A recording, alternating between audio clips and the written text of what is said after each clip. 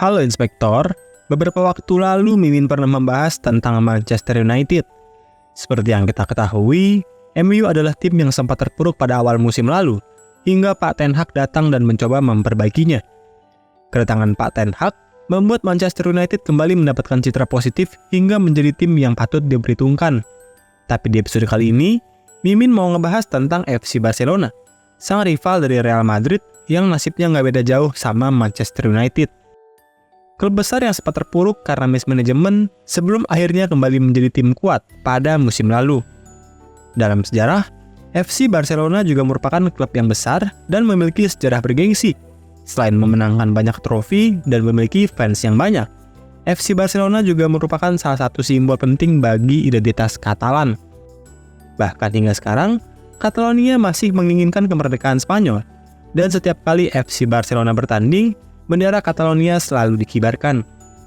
Dalam websitenya, FC Barcelona menegaskan bahwa slogan mereka Més que un club, atau lebih dari sekedar klub.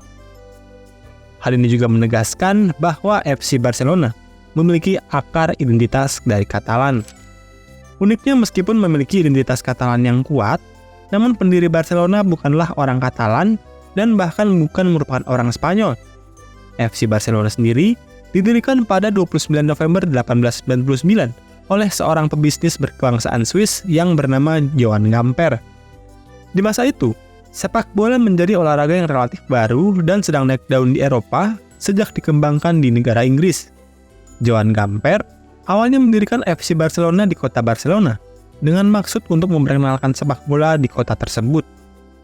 Jika dibandingkan dengan klub lain seperti Manchester United yang sempat kita bahas beberapa waktu lalu, FC Barcelona termasuk klub yang cepat mendapatkan popularitas.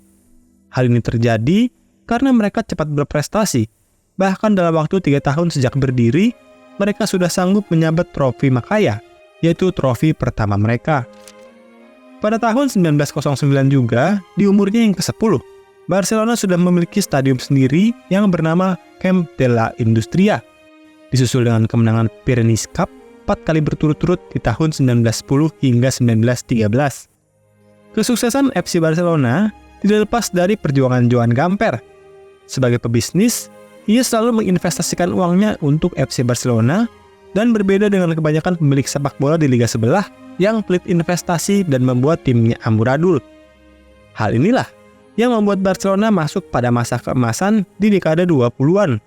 Saat itu, kepopularan sepak bola sedang meledak di Spanyol, dan bahkan ketika La Liga didirikan pada 1929, Barcelona lah yang berhasil menyabet gelar tersebut dan menjadi juara pertama dari La Liga.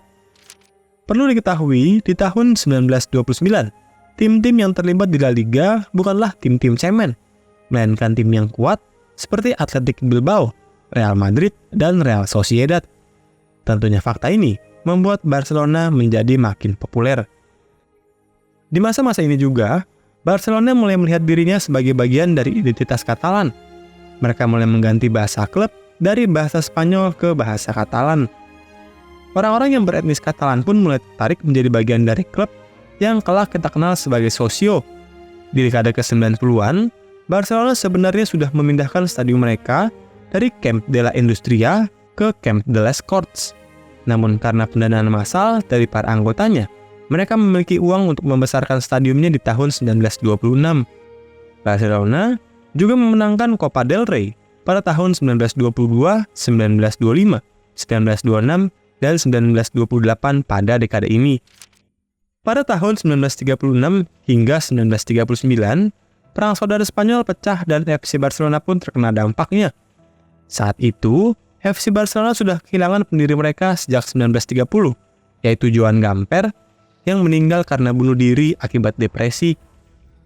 Johan Gamper dideportasi karena mendukung gerakan Katalan di Spanyol, dan karena hal tersebut, pemerintah Spanyol juga mengecap FC Barcelona sebagai ancaman bagi nasionalisme mereka.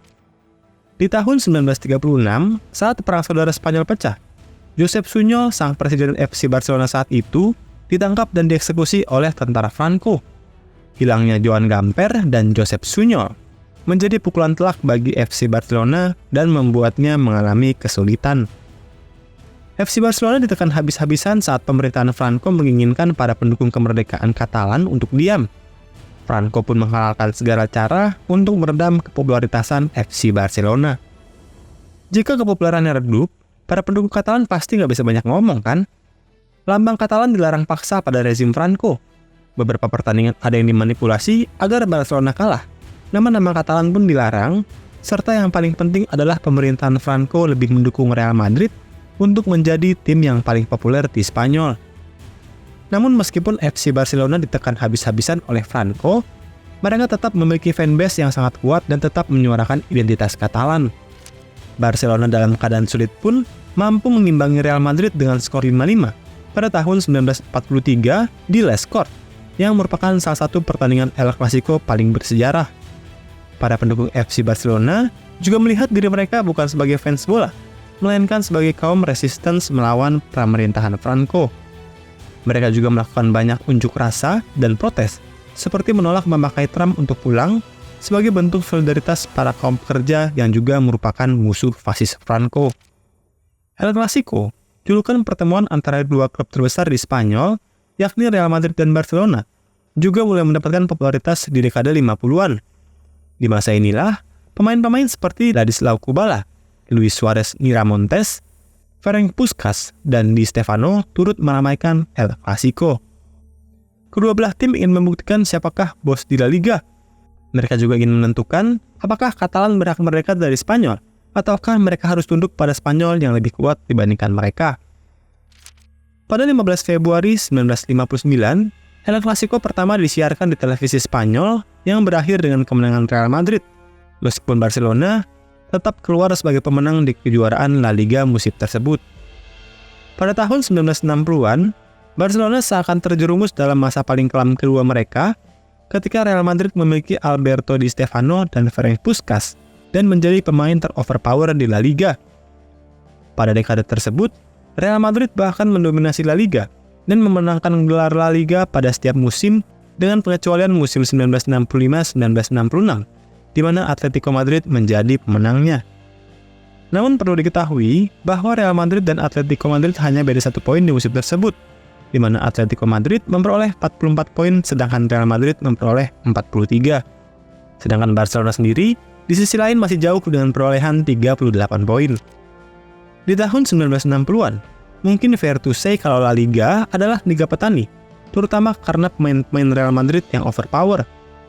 Barcelona baru sanggup memutarbalikkan keadaan ketika mereka membeli seorang pemain lulusan Akademi Ajax yang bernama Johan Cruyff. Tak bisa dipungkiri, walaupun Messi adalah pemain Barcelona yang hebat, namun kalau pendapat Mimin, Messi belum memiliki legasi yang kuat untuk menyaingi legasi yang ditinggalkan oleh Johan Cruyff. Ketika Barcelona membeli Cruyff, mereka sanggup memenangkan La Liga untuk pertama kalinya setelah belasan tahun. Bersama Barcelona, ia memberikan banyak piala termasuk Copa del Rey dan memenangkan penghargaan Ballon d'Or sebanyak 2 kali. Messi memang sanggup memberikan banyak prestasi dan piala bagi Barcelona, namun Cruyff lah yang membuat Barcelona menjadi tim yang tetap eksis di masa modern. Selain sebagai pemain, Cruyff kelak akan menjabat sebagai manajer Barcelona di tahun 1988 hingga 1996. Di masa Cruyff lah, Barcelona menjadi semakin populer di persepak bolaan modern, terutama ketika mereka memenangkan 1991-1992 European Cup serta UEFA Cup di tahun yang sama. Dan untuk menghormati jasa Cruyff, Barcelona bahkan menamakan salah satu stadiumnya sebagai Johan Cruyff Stadium. Saat Mimin masih kecil, bisa dikatakan bahwa Barcelona adalah salah satu tim yang paling populer di sekolah. Ya pokoknya kalau nggak MU, Barcelona deh. Mimin juga ingat banget ketika timnas Spanyol dan Barcelona mendominasi persepak bolaan dari 2008 hingga 2012. Mereka memenangkan Piala Dunia 2010 dan Piala Eropa 2 kali pada 2008 dan 2012. Namun kebanyakan pemain berasal dari Akademi Barca, seperti Xavi, Iniesta, Piqué, Busquets, dan David Villa. Kepopuleran dan keberhasilan mereka ini tak lepas dari filosofi tiki-taka yang terkenal dikembangkan dan dipopulerkan oleh Pep Guardiola, yang saat itu masih menjabat sebagai manajer Barcelona dari 2008 hingga 2012. Taktik tiki-taka dari Pep juga membuat Real Madrid pusing 7 keliling, hingga Barcelona menjadi juara La Liga musim 2008-2009 2009-2010, dan 2010-2011. Keadaan baru berbalik ketika Jose Mourinho menjabat sebagai manajer dari Real Madrid di tahun 2010 hingga 2013 dan mulai kembali melawan Barcelona. Di tahun 2023 ini, Barcelona kembali memenangkan La Liga untuk pertama kalinya semenjak mereka terpuruk di bawah pimpinan Presiden Josep Maria Bartomeu. Bartomeu merupakan Presiden FC Barcelona yang menjabat dari 2014 hingga 2020, menggantikan Presiden Sandro Rosell.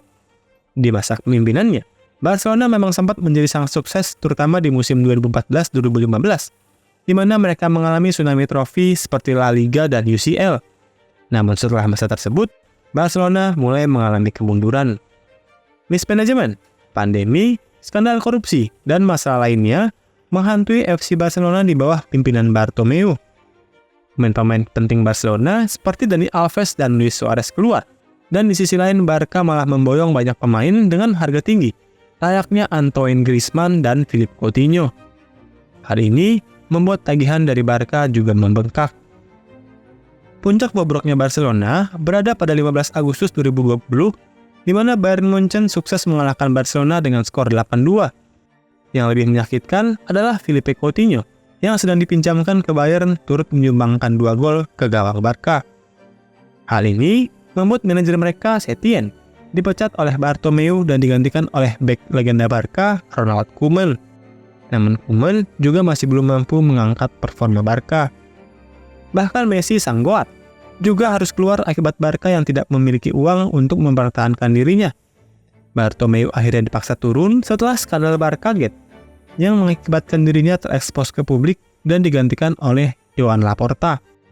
Dan saat dipimpin Laporta, Barcelona mulai memasuki tahap perbaikan meskipun tidaklah instan. Koeman digantikan oleh Xavi dan kedalaman skuad makin diperdalam, seperti ketika mereka memasukkan Franck Kessié, Lewandowski, dan Jules Koundé ke Barcelona, yang pada akhirnya sanggup membawa Barca memenangkan La Liga pada musim 2022-2023. Terlepas dari hal tersebut, nampaknya masih terlalu awal jika kita berkata bahwa Barcelona sudah benar-benar pulih. Mereka masih memiliki banyak hutang, terutama ke klub lain seperti Manchester City dan Ajax, di mana pembelian Ferran Torres dan Frenkie de Jong yang belum lunas membuat Barcelona masih mengalami masalah finansial sampai saat ini. Nah, kalau menurutmu, apakah yang bisa dilakukan oleh Barcelona agar mereka lepas dari masalah finansial ini? Coba tuliskan pendapatmu di kolom komentar. Hai, terima kasih sudah menonton dan belajar sejarah bersama Inspek History.